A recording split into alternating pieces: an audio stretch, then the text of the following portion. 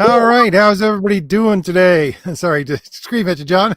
Yeah. That is my new trailer for Fade to Blue, just in case anybody came in. The link is in the description for the sign up page for Fade to Blue. We will be going live pretty soon, but if you want to get notified when Fade to Blue goes live, please leave your email address at the sign up page, and we will get that campaign going as soon as possible. John's campaign for his book number 2 is coming out soon, he tells me. And we have Tim here with us today, who has a few books on Amazon, and we're going to talk about those tonight, and just generally about comics and indie goodness. So that's what we have in store for you tonight. Welcome everyone. To see Michael in the chat, and Manny here, and Tony and George, regulars here. Glad to see you all. How you doing, John? How you doing, Tim? I'm doing well. How you doing, Tim? I am doing fantastic. It's great to be here virtually. Well, Tim, let's jump right in. I am going to pull up one of your campaign or one of your Amazon pages, and why don't you tell us about your books? All right. Shoot. Trying to get the autofocus to kick in. RJ and I were just talking. It's finally normal weather here in New York. Ooh, they've changed the layout a little bit. Or is that just a different thing here? Well, I have high contrast on mine, but anyway. So your book says the tagline is, well, not the tagline, the summary: Mercenary hired to save a princess from a dangerous cult, written by Timothy Olson, with art by Sherwin. What? I'm not sure how to say that. Sherwin K.O. Sands. Yeah, he did the first issue. And it was kind of I call it a run and gun kind of operation. We were kind of learning at the time. I had never written a comic book before, and it was kind of I kind of wanted to prove that I could actually finish what I start instead of procrastinate on it. Well, you got 4 books now, and you're about to do number 5, so I think you're able to accomplish. Actually, it's 0 through 3, and I'm working on number 4. Gotcha. Yeah, it's a straight forward concept. The first issue, Melvin is fighting his way through a bunch of cult members to save a princess who got herself caught. She left her home. She snuck out of her home, the hidden kingdom, and they're going to sacrifice her to a beast. But I got your first couple of issues after you came on my channel almost a year ago. Jeez. Was it 1 and 2? I think 0, 1, and 2. I think I got 0, 1, and 2. Oh yeah, and it gets better from there. I mean, I'm always trying to make sure every issue is better than the last issue. Your artist, do you remember? I wish I could remember the artist's name, but your art, I love the art, and he reminds me of there was a comic called Fire Breather that just came. I think it lasted like 8 issues on Image and then disappeared. But it was about a little boy who was half dragon, went to high school, hijinks ensue. It was really good. But your artist reminds me of that guy. And I think it looks like Fabrizio's stuff as well. Yeah, Rob Ewing did issue 0, and it was he has a very kind of cartoonish kind of style, but it still worked. And I told him I want the most metal cover you can think of. I wanted like a candle holder made out of like guns, and I wanted another candle holder made out of like skulls and spines and shit. You know, the most metal thing you could think of. Yeah, it's classic for like D&D barbarian stuff. Yeah. The first, I mean, well, the cover from 1 now is it was originally an alt cover, but certain things happened, and the original cover is no longer available. But yeah, that was done by John Dillard, and you don't direct Dillard, you just kind of get the hell out of the way, let him do what he did. Yeah. And the shield kind of came about because Sherwin actually did a drawing for me. Was it a year or so prior to the first one? And he put a shield there, and like, all right, that's fine. And it was when I was actually still drawing. I'm not very good at drawing, so that's why I hire artists. Yeah, we got 3 people right over here that can't draw, so we hire people. Yeah, kind of. But if you want to try to up your arsenal, you gotta be honest with yourself.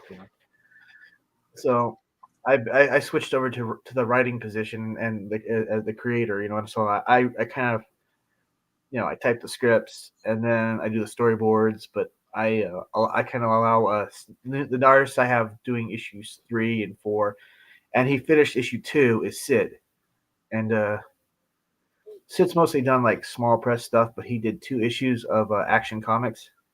Oh, cool. I forgot what issues, but yeah, I didn't know that until like last year when I kind of came across his resume online. It's kind of cool. Just to let everybody know, the link is in the description for the Amazon pages for Tim's stuff. So you never know. You never know, George. You don't know. Some people do that. Excuse me. Stick figures.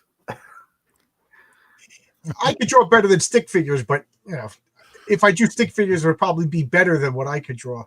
Yeah. So let me ask you: do you guys ever draw stick figures to like choreograph a scene or something like that to give to the artist? I do kind of like my best version of like just to get a general idea, and then I kind of type the breakdown of each panel, what's happening in panel 1, this is happening, panel 2, this is happening. Yeah, kind of like that. Yeah, I write a full script too. Somebody on Twitter yesterday was saying these days it's a big red flag if I see somebody writes Marvel method. What do you think of that? Like I think it's whatever style or method you want to use. I mean, well, I think whatever works for you and your artist. If exactly for you and your artist, exactly. And my comic looks like crap, then obviously what I'm doing is no good. Well, I mean, but no matter what, there's it's. I mean, we're kind of like trying online and trying to impress other comic book creators. It's a weird thing, right? It's funny because the first real Marvel method book I'm doing now, because I did full scripts for all the other ones, but the Artemis book that I'm working on right now, the artist in Japan, because it's a manga style book, and he draws manga, and I just gave him very brief sketches of the panels on each page and like one line, and he's just running with it crazy. I mean, I've never seen anybody go this fast. But he's great, and it's an entirely different way to write a comic. But I think that if I can find an artist like him who can work at that speed, well, it's going to be, going gangbusters. That's what Marvel wanted, right? A method where you could have people working at the same time on the same thing and just shortcuts. And if you got an artist that it works with, do it. Yeah, I decided after the Melvin 3 campaign that I wanted to go through a publisher or something like that and just kind of have the books available so people don't have to wait 3 or 4 years just to get a book. I mean, that's I was talking to another fellow about that just the other day. I was on his channel. It hasn't come out yet, but he goes print on demand is what he does. How does yours come out? I think it's print on demand. I think that's what RJ does. I go through a Critical Blast. Oh, okay. Yeah. But this idea of like, well, it's done when it's done, and you'll just have to wait for. You can't rush quality, and just that to me is the most bullshit answer I've ever heard. And that's me just being real about it. Well, I mean, I think there's some truth to that. I mean, look at like these European oversized collected once a year books, but they come out once a year and they're big quality books. I mean, I don't know, there's a couple of guys that I'm not going to mention names because whenever I do, I get myself in trouble. Yeah. You can't rush quality. You can't rush quality. Your book looks like it came out on time. Okay, that's a big check to write, but it bounced because a couple of these guys, their books were a couple of years late. And then when I got them, they were unreadable messes. So it's like, all right, yeah, my book came out on time. It didn't set the world on fire, but it's readable. It's good. It's a comic book. How long are we supposed to wait? I strike while the iron is hot. I'm mad that I don't have my comic coming out faster. Yeah, I mean, aren't we all from the age where if you give somebody money, you're kind of required to give them the product, right, in a timely manner. Yeah, and it's supposed to be worth the money too. Like a couple of these guys, you bragged at your comic. Okay, yeah, my comic was late, but yeah, your comic looked like it came out on time. And then I got your comic, and it was so unreadable. I'm never buying another one of your comics again. Again, I'm not mentioning names, but the bottom line is did you enjoy it? Were you entertained? Then that's all that matters. That you enjoyed it. You were entertained. Comic books aren't meant to be like high fine art. They're supposed to be like digestible and you enjoy it, read it. I try to make my books as good as possible. And I'm happy with Sid's work, and we get a book by the end of this year. Melvin 4 should be ready. Oh, cool. I'm pretty good with updating people. I mean, for my God, sometimes I even should send a rough or like, this is how far we are on page something or other, and just repeatedly just update people. We got Chugbug says, "What's the way you guys write scripts for your comics? Tempted to try for myself, but I have a hard time getting sequences out of my head. Put them on paper. Just do it. I know it sounds like a mean thing to say, but like, just I use Microsoft Word because it's easy to erase and it tells me I spelled words wrong, and then it's easy to go in and I made a mistake. I could fix it. I don't want to take a piece of paper and I would have to cut and paste and staple and stuff like that, literally. So that's how I write. And page 1, opening scene. There's the city, and the patriarch is swooping in. Second scene, his feet are hitting the ground first, and then I put the dialogue, things like that, and then just whatever makes logical sense. Oh, the important thing is to get all your thoughts out, and then kind of just like go over them repeatedly, and then never consider it done unless you have an editor. It's never done until it goes to the editor. It's not done. Yeah, do this. Yeah, well, how do you? One guy told me, because I constantly think of the story, constantly before I even put words to paper, and then I'll map out like a plot, and then I'll just start writing the comic. But by the time I start typing, I'm not joking. I've already run the whole story in my head for like 2-3 months. I'm not going to start writing and then like, oh, this is a better idea. Oh no, the story works. Like I try to work the whole story. Maybe not the dialogue, but like I know this is going to happen. That leads to this. That leads to this. That leads to that. Before I even start writing. What do you guys think? Yeah, I mean, if it works for you, man, I'd say do it. I honestly, I just pile up. I was talking to Mike Barron a long time ago when he was on my channel, and I kind of do the same thing he does. I have a notebook of really cool things I run across. It's a lexicon in my head about things I want to use in the future, which would make a really good story. So yeah, I'm constantly thinking about how do I put this together? How do I put that together? Just right now, we're doing this is the script for book 3 of Fade to Blue, and I was thinking, okay, this is 3rd chapter basically for the 3rd book because these are floppies. And I said to myself, we need climax, we need beautiful women, or at least one, because we haven't had that in the first 2. And it's you need to put a little bit in. I'm thinking to myself, which one of these stories would fit? Because I got a half a dozen stories in my head, right? Like you, John. And that's what actually works in the moment of what you're doing and what your audience wants. I think that's the biggest thing. What your audience wants. Yeah, I agree. So, Tim, tell me what your inspiration for doing these books is. You look, your stuff looks very Malibu-ish. I don't know if you remember Malibu from back in the 90s. Yeah, I remember Malibu. Good call. Yeah. Yeah, but what company went through Malibu just to get started? What's that? What company? Image Comics went through Malibu. Remember when they were the first kind of year of Image, or 2 years of Image, had the Malibu logo inside? Wow, you're right. I forgot all about that. Jeez, that took me back. I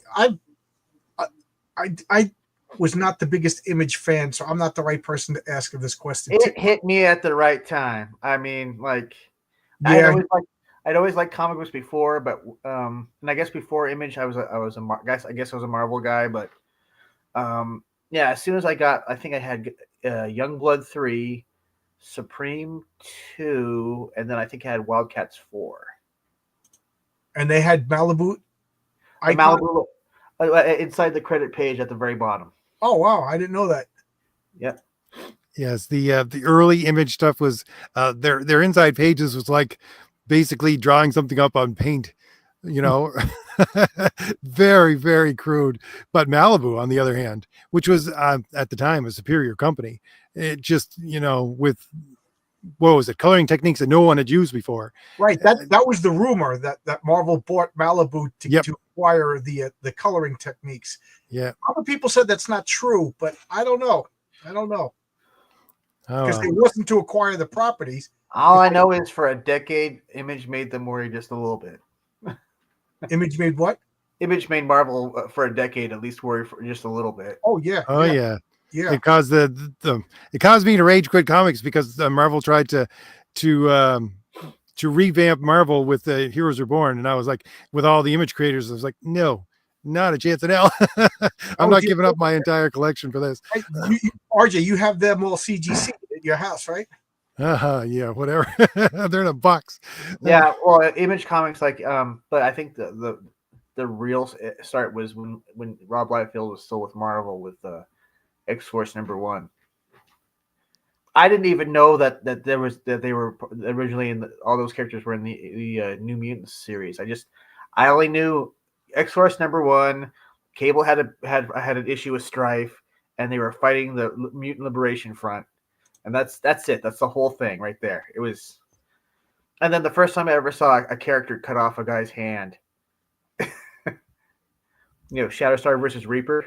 Yep. And then he says, "Oh, I'd kill you, but that's not the way of my teammates." And then he just kicks him in the chest, like, "Dude." I don't know. You could blood loss from a loss of hand. Did they take him right to the hospital? I don't. Another good part was when was it Feral? She like snaps that was it Wildside's jaw or something. She's like, "What's wrong? Cat got your tongue?" Snap. Oh yeah, she does. It's like, dude. So I guess that's kind of the era when I realized I want to make comic books.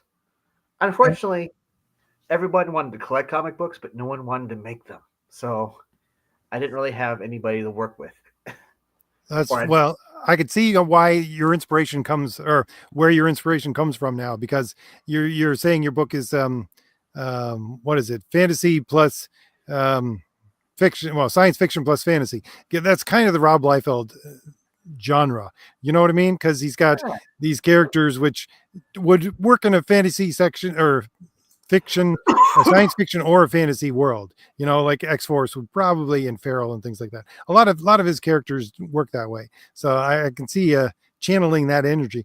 Yeah. Also, a lot of music. I've been listening to a lot of hardcore lately. That's been kind of my mood lately. Like what bands? Let's see. I was listening to Madball, Cro-Mags, and H2O. I've been listening to a lot of Bad Brains, GBH, Minor Threat. Oh hell yeah, Bad Brains. Yeah, I've been sick of. I've been home for work for about 5 weeks, and I was like, I need inspiration to get up and do something. So I put on the Pandora Bad Brains station, and I'm like, oh my god, listening to. Hey, have you heard? Like, was it the recent live shows Bad Brains have done? HR is too mellow. He just can't do it anymore. Yeah, he's old pot smoking reggae guy now. He started another band called Human Rights, and it was all reggae stuff. Yeah, he's too happy, and hardcore is a young man's game. I don't want to see GBH now. I don't want to see Ian McKay now. Once you hit, if they can still bring it and kick some ass, I don't mind it. But I just if you're too mellow, it's like, dude, you're just too mellow. Hardcore, like, I don't know, like ska. Do you really want to see an old ska band? That's like young kids music.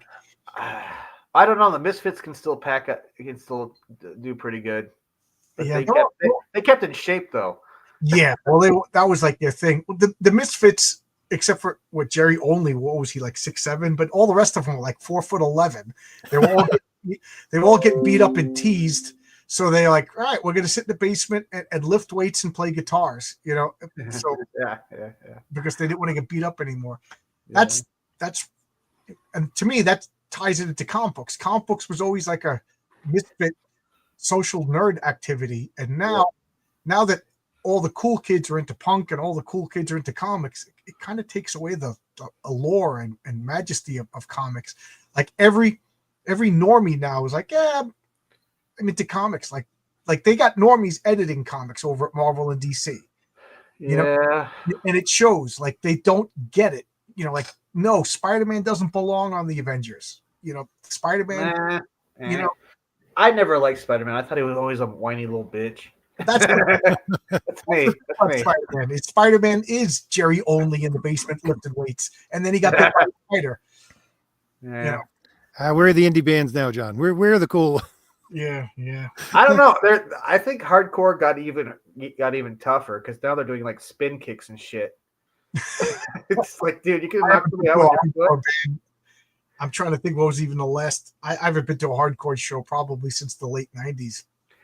Yeah. Now I found out about this band only because they did like a Misfits themed Halloween show. They're called Twitching Tongues. No.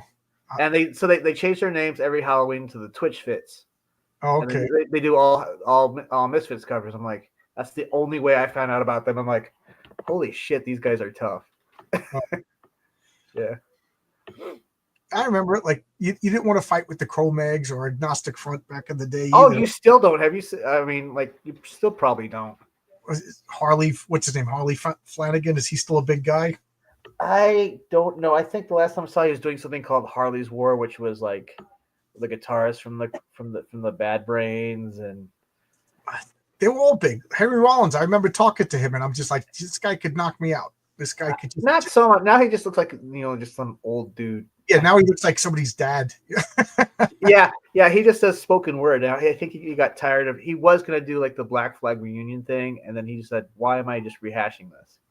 It's funny. My friend Jimmy lives. RJ is just like, what are they talking about? But my friend Jimmy just sent me a picture. He lives in San Diego, and it's just a picture of him and his wife, and then some like gray-haired old man, and that was it. And I'm looking at this picture. I'm like, is this one of our friends? Who is it? It's Greg Ginn from Black Flag. Yep. This still. I'm like, oh, Greg Ginn looks like, that lesbian who runs the yeah. It's good to see these guys are still performing. And it's funny, I started listening to them again in the past 6 months. I mean, I got all of these old 45s over there. Yeah. Like I've been listening to jazz. Like old. How you're not my age. You got to be younger than me then. I'm 45. Okay, so you're 10 years younger than me. You'll see. You'll hit your 50s, and you'll be an old young hardcore guys turn into old jazz guys. You'll see.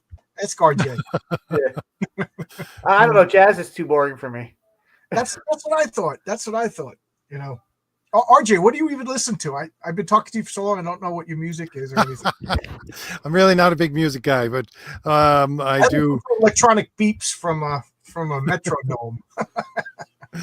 Although, let's see, the thing I had playing today was just a playlist of Marty Robbins.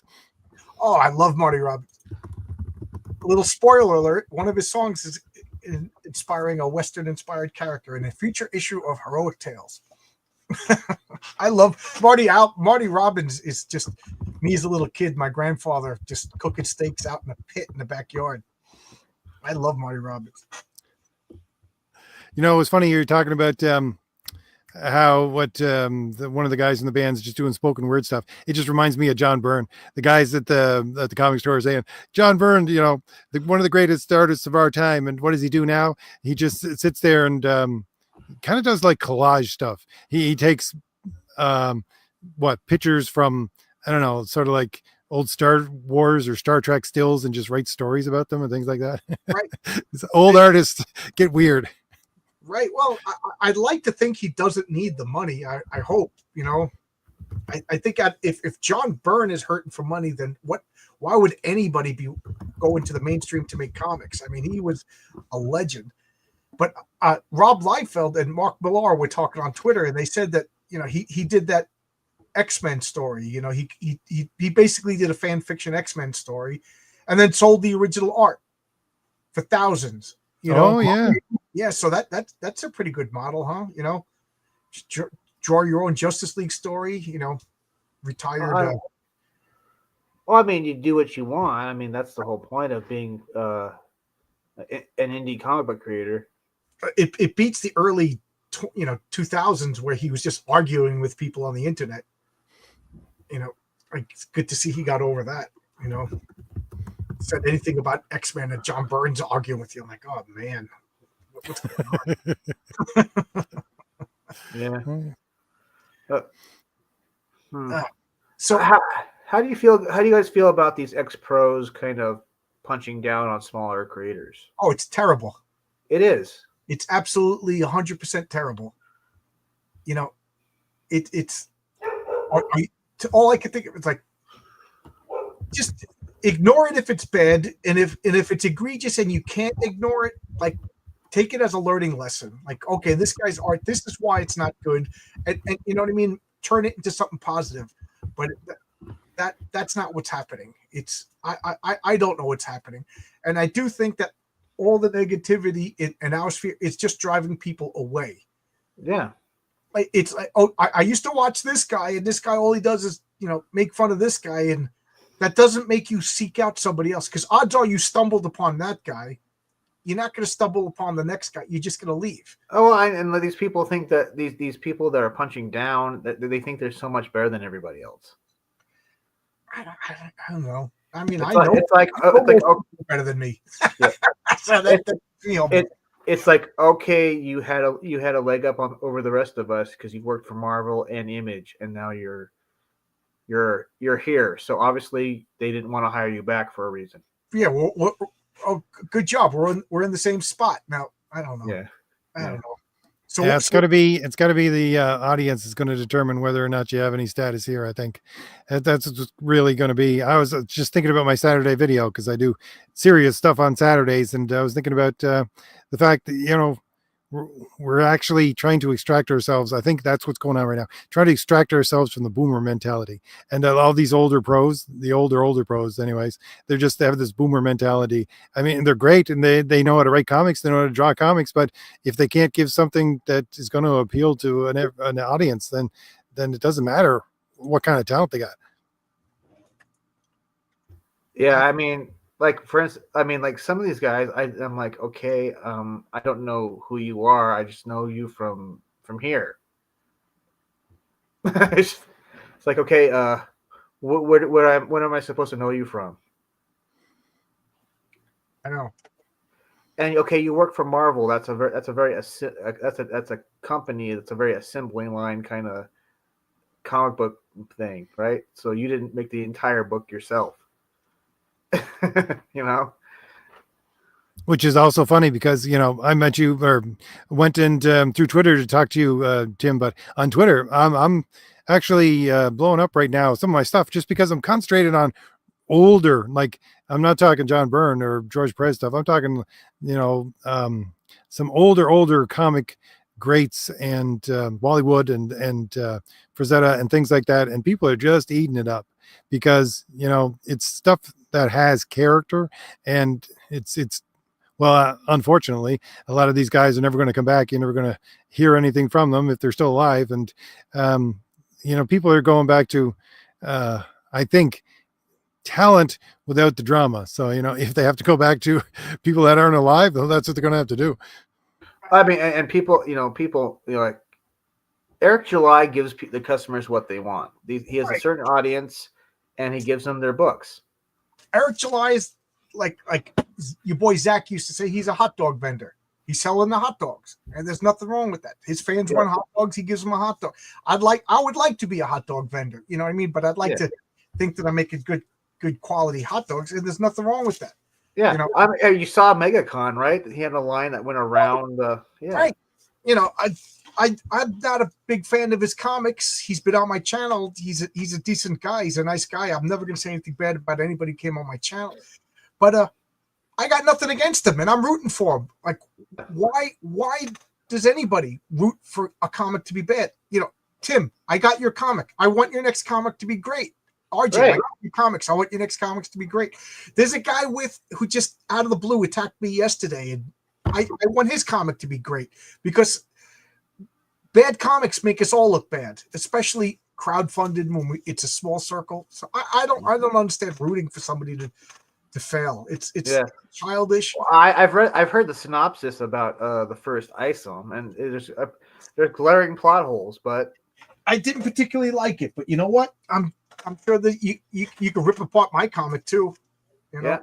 Well, I just had my books ripped apart by somebody. And then I asked him, "Did you read it?" And he's like, "No, but I don't want a He-Man ripoff with a Captain America shield." Blah blah blah. And I go, well, then you say you don't rip apart the comic. You just say, "Well, the concept's not for me." Yeah, that's valid. I said, "Well, then you're just talking out your butt." Right. The concept. I had somebody give a bad review to my comic because this person they expected something else and it wasn't what they expected. So I politely just said, well, that's kind of on you. That wasn't on me. But I did like what you said about my comic, that it was clear to read. The art was pretty. The colors looked nice. The lettering was good. At no point were you confused. I said, but do you understand your criticism is based on you thought this and then got mad when it wasn't that. I said, that's cool. No hard feelings, but that's a different review than that's on you. That's not on me. Like had I said it was a sci-fi spacefaring adventure and I gave you fantasy, yes, that's on me, but whatever. So, some reviews, she was nice.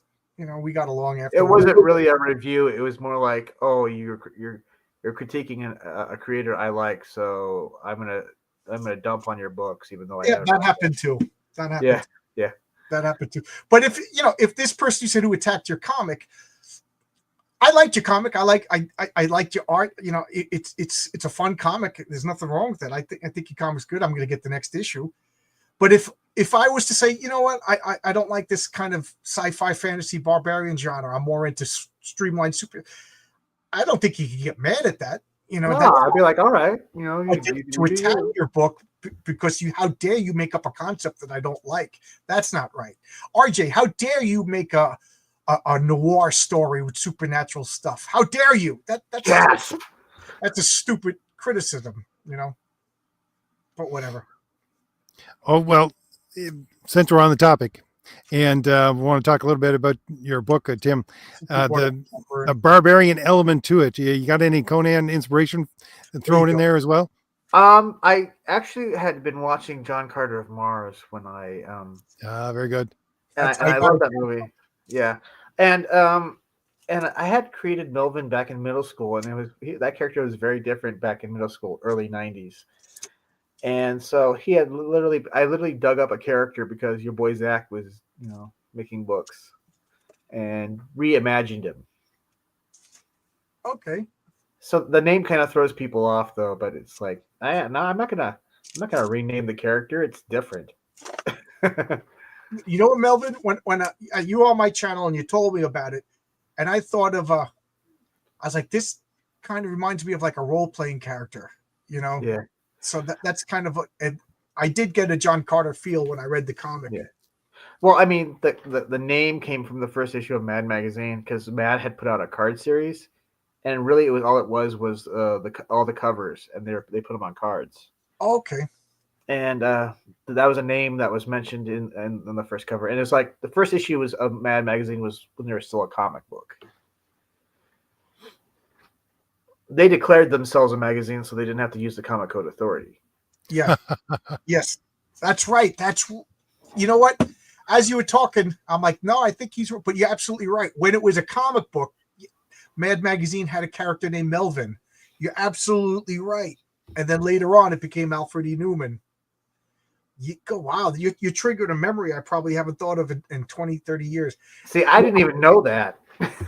It bothers me because I had a near mint copy of Mad Magazine 3. It's one of the few comics I ever sold, which should show you how bad of dire straits I was in at that particular month. I sold that, and I'm still mad that I sold that Mad Magazine 3. just quickly, as we're talking about John Carter, there's George is saying that Deja Thor should have been better cast in the movie. I put up a very beautiful, what is it, black and white drawing of Deja Thoris for my first tweet this morning. If you want to go over to my Twitter. I love that woman. I thought she was perfectly cast. I mean, they can't have her a naked woman running around in a PG-13 movie. Well, especially they definitely watered it down for Disney. I mean, if you remember reading the books, there was a scene in one of the books where John Carter beats a white ape's face in with a cudgel. Yep. Yeah. There's a couple of things. First off, they took like 3 books and jammed them all into one movie, which showed me that's what I thought too. They didn't have. I read, I think, the first 5 John Carter movies. They're books rather. They're real easy. They changed the story, because it really makes a weird. He's in this. It's like right after the Civil War. He's fighting Indians. He falls asleep and he wakes up on Mars. You know what I mean? It's well. In the book, he couldn't get up. Remember, he could. The air was too heavy, and all of a sudden he gets up and he's looking down at his own body. Right. Well, yeah. Yeah. Then they added in that his nephew was H.G. Wells or Edgar Rice Burroughs, rather. That was actually kind of clever. I did enjoy that. I enjoyed that. I like the actor who played him. I thought he was pretty good. Overall, I thought it was a pretty good effort, but I don't know what happened. They called the movie John Carter, right? I think John Carter. It was John Carter of Mars. Right. They should have just called it Warlord of Mars and let people. Yeah, they were trying to be politically correct and not using the warlord thing. I think it was because they thought it would throw people off. The first book was called Princess of Mars. Right. Princess of Mars. I could understand if they didn't call it Princess of Mars. That'd be confusing. Wait, is he? He's not. But they changed. They smushed 3 books together, which is never good. They didn't. So John Carter is the Disney princess now. Hey, watch your mouth. Don't assume his gender. Oh, imagine putting Deja Thoris with the rest of the princesses. Yeah. Don't forget there was nudity in The Fifth Element. Yeah, back in the 80s, RJ and I were talking about that a couple of weeks ago. That the 80s was 80s comics, 80s movies. 80s was more wild than somewhere along the way things got sanitized. You could watch a PG-13 movie and there was anybody see Clash of the Titans? RJ, you know what I'm talking about. Oh, yeah. There was 2 scenes that I never forgot for the rest of my life. There was Airplane. Airplane, yes. There was Dirty Words. There was a couple of like real violent, like watch Gremlins and Gremlins 2, guys. I know we think it's just puppet movies, but there is like real nasty violence in those. Poltergeist, there was scary horror. Transformers, 1986. Oh, 86. Wow. I didn't realize it was that old. Let's see. I was born 79, 80, 81, 82, 83, 84, 85. I was 7. Yeah. But, I actually love that movie more now than I was a kid. The G.I. Joe movie, not so much. Oh, it's funny because I just bought this finally. Yeah. That's funny. I was just watching, I think it was yesterday. What is it? The ideology of G.I. Joe or something like that on YouTube. I got a collection and I read it and I was like, let me get the first issue. It was a lot better than I thought it was going to be. My favorite part was like the loyalty in the group.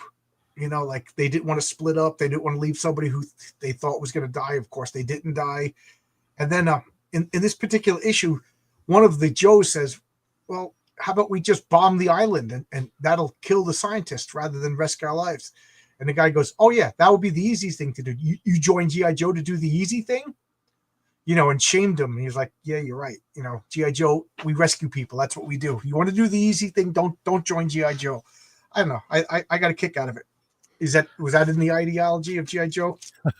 No, actually, they didn't show that. Was who did the first issue? Was it Larry Hama didn't? Yeah, Larry Hama. And Herb Trimpe is on the art. Yeah. Yeah, it was a lot better than I thought. Larry Hama was military himself, anyways. Yes, he was everything. He was a punk rocker. He was an actor. comic book writer, comic book artist. Yeah, he did it all. He's the only guy that actually, like, I've walked up to people at comic conventions asking to come on my channel. He was signing autographs, and then he just looked up and he gave me a look, and I was like, and I got intimidated and walked away. So,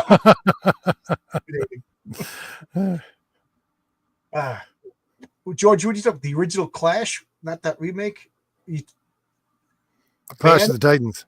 Oh, Clash of the Titans. Oh, yeah, the remake. Yeah. I like the remake a little bit. I thought it was good. It was all right. I'm hoping now that the superhero movies seem to be dying out. I'm hoping that they bring back mythology movies. I know Graham Nolan is not Graham Nolan. How did you feel about the second Gladiator movie? I didn't see it. It was a movie. That's about all I can say. It wasn't as good as the first one. There's characters I liked in it, but there was just, I don't know. There was no sweat. I guess I go back to my ancient Greek. The thumos didn't rise in my chest. There was nothing, inspirational about it, like the Gladiator one, where you felt like you wanted to go, I don't know, do something heroic. Right. Yeah. That had such an iconic scene, but he's supposed to be like the son of Maximus. He just seemed like a watered down version of Maximus. Was it violent? Was it gory? I mean, yeah, but it's just, I don't know. It just didn't seem good. It seemed like there's parts. I did like Denzel Washington's character in that one.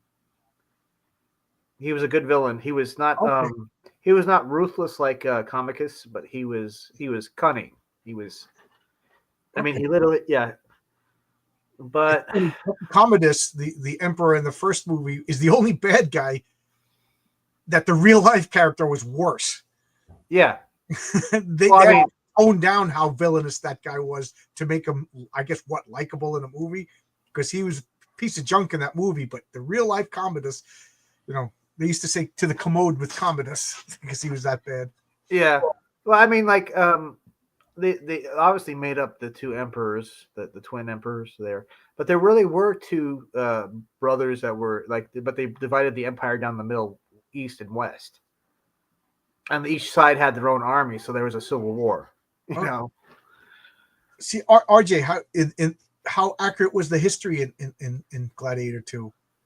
They bounce around a lot. You start off in where the heck is it on the seacoast there? But you're not really in a Roman town. You're in a completely different town. So they do bounce around a lot on the history. It's I'll put it this way: they're doing a whole lot better than they're going to do with this Odyssey that's coming out. Yeah, that looks awful. I don't know. I love that story. It's funny because somebody on Twitter said, "Oh yeah, every fifth grader knows the Odyssey," and then everybody on Twitter was like, "What are you not know?" It's like, dude, I read it in fifth grade. Is it RJ? When did you sort of start reading the Odyssey and the Iliad and stuff like that? I don't even know, but I remember because the way we got into it was the Battle of the Frogs and Mice, because it was basically retelling of the Iliad with frogs and mice, almost word for word sometimes, and it was like a kid's story, and it's like, oh, this is fun, and they're like, yeah, you want to read something real? Then they give you the Iliad and the Odyssey, right? There was Edith Hamilton's Mythology, a little hardcover book, just in my bedroom. I don't know where it came from. Maybe Zeus just put it in there one day, because I've always it's a very popular university book.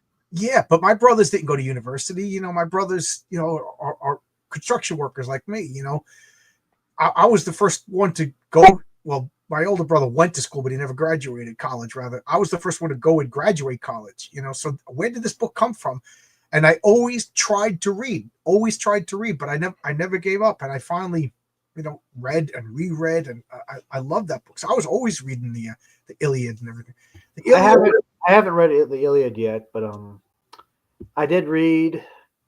Was it the Beowulf story or the poem, the epic poem, the episodic poem? Yeah. I read that for the first time in college. I took a classic literature class. I had to read that, and it's funny because, like, I would have loved it, but the fact that they're like, okay, it's due next week, I was like, I hate this story, and then in high school, I had medieval literature. Oh wow, that is great. great. Great in high school. we had to read idiotic books like what the heck? Although Lord of the Flies and Brave New World and all that kind of stuff. I love Lord of the Flies. I remember distinctly sitting in a pizzeria cramming because I knew if I went home I'd get distracted. I'm reading Lord of the Flies, and the scene where the pig head starts talking, I audibly gasped out loud. It scared me. I loved Lord of the Flies. I loved what was the other book you just mentioned? Oh, Brave New World. Yeah, Brave New World. I think I tell people if you didn't read 1984, Brave New World, and like Animal Farm, and Fahrenheit 451, it's like I almost consider you not educated if you don't read those books. I'm sorry. I guess I'm not educated. Oh yeah, 1,000 apologies. we're all yeah. So now we're gonna attack your small little book and channel and everything. Attack me and RJ are gonna attack down now. Oh no! Nah, don't take that the wrong way. I apologize if I hurt you. I'm just kidding. I'm just giving you shit. Okay, good. Although I got to say, a lot of people, you're going off on things you other people don't like, but I really thought 13th Warrior was a really good interpretation. 13th Warrior was cool. It was inspired by, yeah. That was with what's his name? What was Antonio Banderas? What was the original title? Because it's based on a Michael Crichton book. That's when he takes the sword and he turns it into a scimitar. Yeah. That was a good movie. Yeah, but it's based on a Michael Crichton book called Flesh Eaters. Oh, really? Yeah. I don't know that. They would be the cultists then. Or was it Flesh Eaters of the Dead or something like that? Yeah. So they couldn't call it that for the movie, so they just changed it to 13th Warrior. Very similar. Yeah. My favorite scene, because that's one of my favorite movies too. My favorite scene is when he's kind of like sitting around the campfire and he's listening to everybody, and they're talking shit about him, and he's like, "My mother," and everyone stops and looks at him, was a noble woman, and they're all looking at him like, "How did you learn that?" He goes, "I listened." Yeah, Eaters of the Dead. Yep. Yeah, my friend Terry and his friend, they were in an elevator, and these two girls are beautiful girls, and they start talking in French. So Terry and his friends say, "Oh man, look at these girls. You know what I'd like to do?" And they start describing what they would like to do. And then the door opens up. They go, "See you, fellas." They were just talking French. They weren't French. And they're like, "Oh my god!" But I remember that scene. Yeah, I like the scene where the one of his he has the sword and he takes a beating and then he just chops the guy's head off. And Antonio Banderas like, "You were playing with them." He's like, "Yeah. I love that." Oh, is that when that one guy he started a fight with that one guy because he found out that they had an issue with, right? There was like that fist fight or something like that. Well, he took that big sword and just lopped the guy's head off. Oh yeah, it's the one where they had kind of like they're having a fight to the death, and he was just like, it's like and he was losing on purpose at first, and the guy was bragging and everything like that, and then he just jumps up and he's like, "You could have won at any time you wanted." Like he was like, "Oh, you are really skilled." I just thought, yeah, it's more fun this way, kind of thing. That's exactly the kind of mentality that I was going for when I did Thomas Valiant #1, where I had Thor in there, because my thought was engineering dispute. Yeah, my thought was with Thor, if you're almost indestructible and you don't mind pain, why in the world would you bother fighting? Just wait until somebody pounds on you enough so that they're exhausted, and then swipe them away. I mean, just the back of your hand. Yeah. Yeah. So, RJ, how close are we for another Thomas Valiant book? Renzo is working on chapter 2, so we're about halfway done of that. And there's a backup story to this one. So Renzo's only doing 60 pages, and then the backup story is the one that's written by Don Chin, and I might get Mike Gustovich to do the art for that. So, but it's a campy version since Don did it. I got Don to do the script for it because Don's good with a lot better with humor than I am. So that's what we're working on with that. Humor is tough to write. I attempted a few times and stopped. Tim, what do you find humor easy to write? It depends. Who am I making fun of? Yeah, well, I don't know. Like I wrote one joke in issue 2 and it's not even a good joke, but it just seemed to fit because this character is, she doesn't take anything seriously, kind of thing. Oh yeah. But I didn't plan, like I couldn't write like you know how Mike Byron writes Florida Man, and it's legit funny. Yeah. I don't know. I think like your timing has to be impeccable. Parody is easier to probably write. Yeah. Are you a fan of parody? I got two characters that are a parody. It's like Droids meets Adult Swim. Okay. RJ, you a fan of parody? It has to be something that I'm very, very into because there's a lot of inside jokes in parody. Is the thing, right? Yeah. Well, like when I say parody, like good, like Saturday Night Live, like it used to be top notch parodies, and it's hit and miss. It's hit and miss these days. But like I'm talking like the Marvel. Do you remember Marvel comics like Not Brand X or ARG?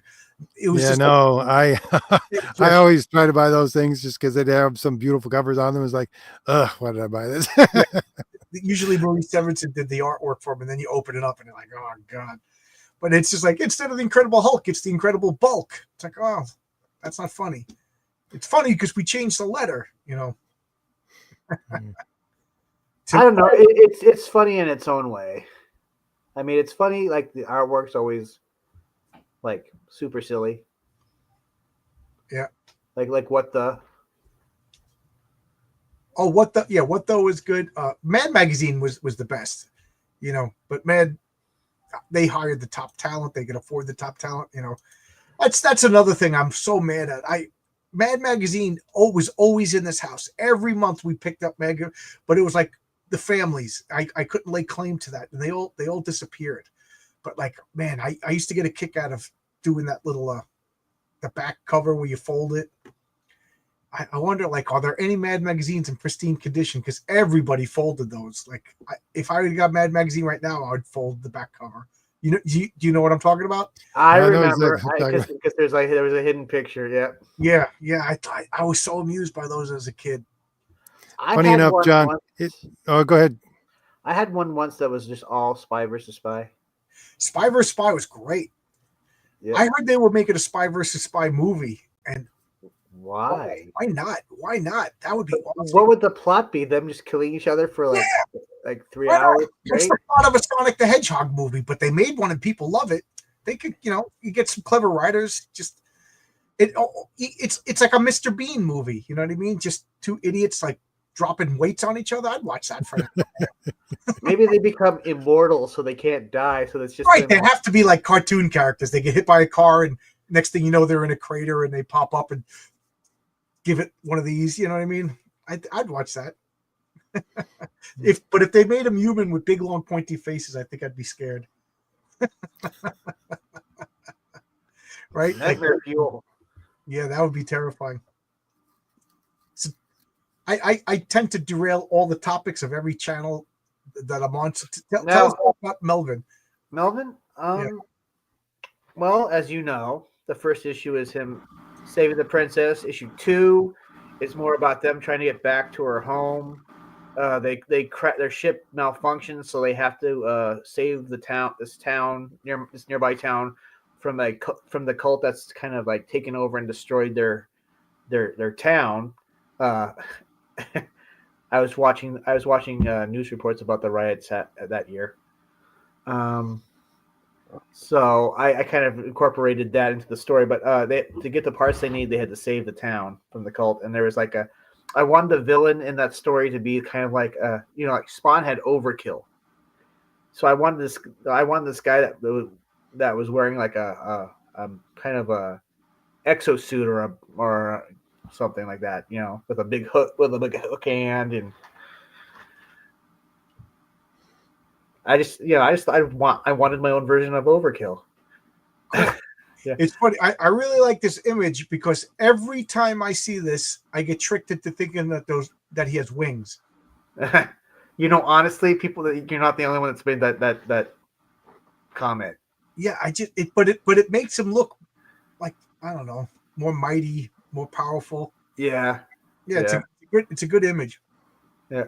And then the third issue is more character development. A further relationship between Melvin and Alice, and then it kind of it ends where issue 4 starts.